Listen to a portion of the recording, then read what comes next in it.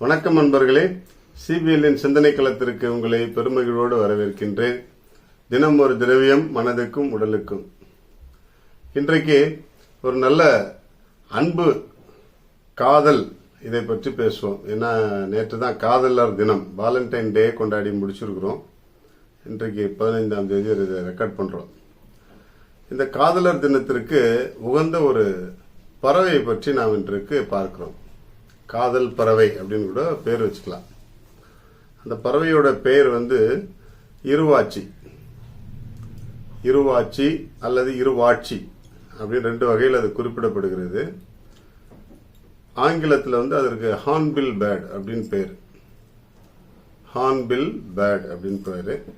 அதே அந்த பேர் அப்படின்னு சொன்னா, ஹார்ன்பில் அப்படின்னு சொல்லிட்டு ஒரு மரத்தினுடைய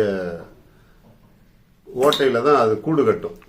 அந்த மரத்தினுடைய ஓட்டையில கூடு கட்டி குஞ்சு பொறித்து இனப்பெருக்கம் செய்வதால் அந்த பறவைக்கு ஆங்கிலத்தில் ஹார்ன்பில் பேர்ட் அப்படின்னு சொல்லிட்டு பேர் வச்சிருக்காங்க. ஆனா தமிழ்ல அதுக்கு அழகாக இருவாச்சி பறவை அப்படின்னு சொல்லி பெயர்.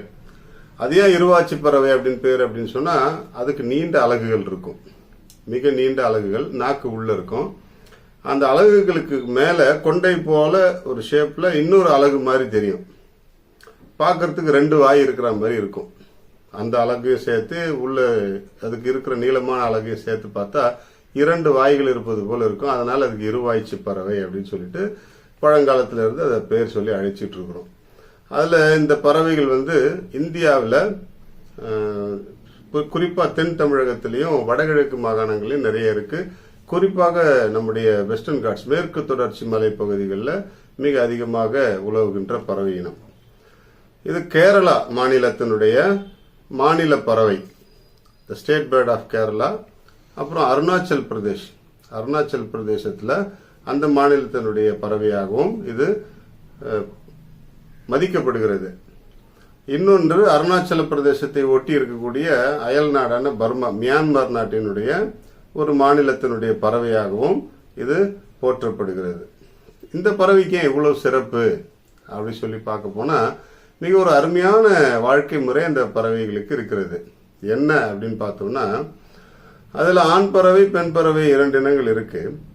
இதுல பெண் பறவை நான் ஏற்கனவே சொன்னது போல இந்த ஹார்ன்பில் ட்ரீ, அந்த ட்ரீல தான், அந்த மரத்துல தான் இயற்கையாகவே அமைந்திருக்கக்கூடிய ஓட்டையில அது போய் கூடு கட்டும். அந்த மரத்துல இயற்கையாகவே ஒரு துளை இருக்கும். அந்த துளையில கூடு கட்டும். அது கூடு கட்டும்பொழுது அது நடக்கக்கூடிய நடைமுறை கொஞ்சம் பார்த்தோம்னா வித்தியாசமா இருக்கும்.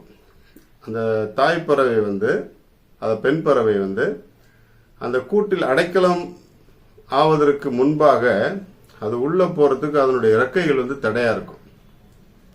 அதனால என்ன செய்யும் அப்படின்னு சொன்னா, இயற்கையாகவே தன்னுடைய இறக்கையை பிச்சு போட்டுட்டு போயிடும். தன்னுடைய இறக்கைகளை பீத்து போட்டு விட்டு அந்த கூட்டில் போய் அது அடைக்கலம் ஆயிடும், முட்டை போட ஆரம்பிக்கும். அந்த ரெக்கைகள் இல்லாதனால அந்த பெண் பறவையால பறக்க முடியாது. அதற்கு உணவு கொடுப்பது, பராமரிப்பது எல்லாமே ஆண் பறவை.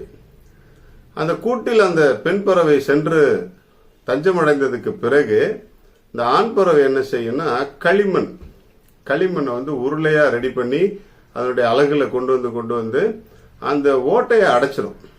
அந்த துளையில போய் அந்த பெண் பறவை அமர்ந்து இருக்குது இல்லையா, அந்த துளையை அடைக்க ஆரம்பிச்சிடும். உணவு கொடுப்பதற்கு மட்டும் இந்த அலகு உள்ள போற சைஸுக்கு மட்டும் ஒரு ஓட்டையை விட்டுட்டு மீதி எல்லாத்தையும் கவர் பண்ணிடும். ஒரு வீடு ரெடி ஆயிடுச்சு. அந்த வீட்டில் 4 to 5 மாதங்கள் அந்த பெண் பறவை முட்டையிட்டு குஞ்சு பொறித்து அதன் பிறகு அது வெளியில் வரும். அந்த கூட்டை உடைத்து விட்டு வெளியில் வரும். இடையில இந்த ஆண் பறவை டெய்லி அவங்களுக்கு சாப்பாடு கொடுக்கணும். அந்த பெண் பறவைக்கும் குஞ்சுகளுக்கும் உணவு கொடுத்துக்கிட்டே இருக்கணும்.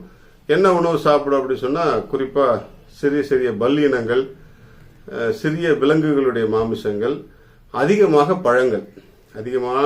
பழங்களை உண்ணும் அந்த பறவைகள். சப்போஸ் ஒரு நாள் இந்த ஆண் பறவை உணவு கொடுக்க மறந்துடுச்சு அப்படின்னு சொன்னா, அடுத்த நாள் ஏக்கத்தோடு இவங்க காத்திருப்பாங்க. அடுத்த நாளும் வரல, அதுக்கு அடுத்த நாளும் வரல. ஒரு டைம் கொடுத்து பார்ப்பாங்க. ஆண் பறவை தங்களை நாடி வரவில்லை அப்படின்னு சொன்னா, ஒன்று அந்த ஆண் பறவை வேட்டையாடப்பட்டிருக்கணும், அல்லது வேறு ஏதாவது ஒரு வகையில அந்த பறவை இறந்து இருக்கணும் அப்படின்னு சொல்லிட்டு தாய் பறவையும் குஞ்சுகளும் முடிவு செய்துவிட்டு இவர்கள் தங்களை மாய்த்துக் கொள்வார்கள். இவர்களுடைய வாழ்க்கையும் அந்த கூட்டுக்குள்ளவே முடிச்சுக்குவாங்க. இது இந்த பறவை இனத்தினுடைய வாழ்க்கை முறை.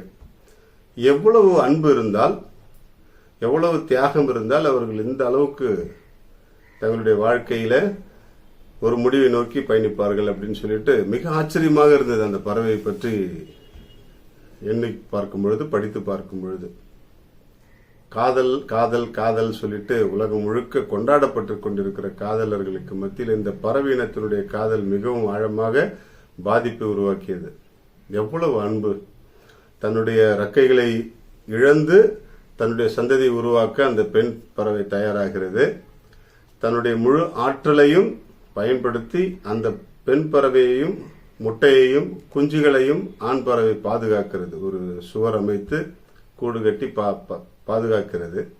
அதே போல பெண் பறவையும் இந்த ஆண் பறவையை நம்பி இருக்கிறது.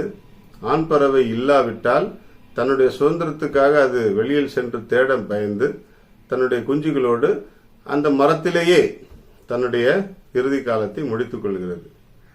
நம்பிக்கையும் அன்பும் இந்த பறவை இனத்திலிருந்து நமக்கு விடுக்கப்படுகின்ற மிகப்பெரிய பாடங்கள். எவ்வளவு ஆழமான ஒரு அன்பு, எவ்வளவு ஆழமான ஒரு காதல், எவ்வளவு ஆழமான ஒரு நம்பிக்கை. இருவாச்சி பறவை. இந்த இருவாச்சி பறவையை பார்த்து நாம் கற்றுக்கொள்வோம். நம்முடைய குடும்பத்தை எப்படி பராமரிப்பது, பாதுகாப்பது, அன்பு செய்வது, வாழ வைப்பது என்று. நம்மால் இன்றைக்கு நிறைய தகவல்களை பரிமாறிக்கொள்ள முடிகிறது. அதனால நம்முடைய மரணம் கூட எல்லாருக்கும் தெரிந்துவிடும். ஆனால் பறவை இனத்திற்கென்று ஒரு குறிப்பிட்ட எல்லை, அந்த எல்லைக்குள் அவர்கள் வாழ்ந்து விடுகிறார்கள். இன்னொரு பெரிய செயலை அந்த பறவை இனம் செய்கிறது என்னன்னா, அது பொதுவாக காடு பகுதிகளில் தான் வாழுது. அந்த காடுகளில் பயனுள்ள பல மரங்களை உருவாக்குவதற்கு காரணமாகிறது. என்னன்னா, அதனுடைய எச்சங்களை, பழம் தின்று அதனுடைய எச்சங்களை பல இடங்களில் அவை போடுவதால் பயனுள்ள மரங்களை முளைப்பிக்க மிக பயனுள்ள வேலையை செய்து கொண்டிருக்கிறது அந்த இருவாச்சி பறவை. அதனால்தான் காடுகள் வளமாக இருக்கிறது. இந்த ஒரு காரணத்திற்காகவோ என்னவோ தெரியல, கேரளாவிலையும் அருணாச்சல பிரதேசத்திலையும் இது மாநில பறவையாக போற்றப்படுகிறது. ஏன்னா அங்க இயற்கை சூழ்ந்த ஒரு மாநில பகுதிகள், இரண்டுமே மலை சூழ்ந்த பகுதிகள். அதனால அதை இயற்கை காக்கக்கூடிய பறவைகளுக்கு இந்த பெயர் கொடுத்து அவர்கள் பாதுகாக்கிறார்கள். எனவே நாமும் பறவைகள் பலவிதம், ஒவ்வொன்றும் ஒரு விதம் என்று பாடெல்லாம் பாடுவோம். ஆனால் நாமும் பலவித எண்ணங்களோடு பலவித குணங்களோடு வாழ்கிறோம். நம்முடைய வாழ்க்கையில் பயனுள்ள வகையில் வாழ, இயற்கையை வளப்படுத்தி இயற்கையை நேசித்து வாழ இந்த இருவாச்சி பறவைகளோடு நாமும் உறுதி எடுத்துக் கொள்வோம்.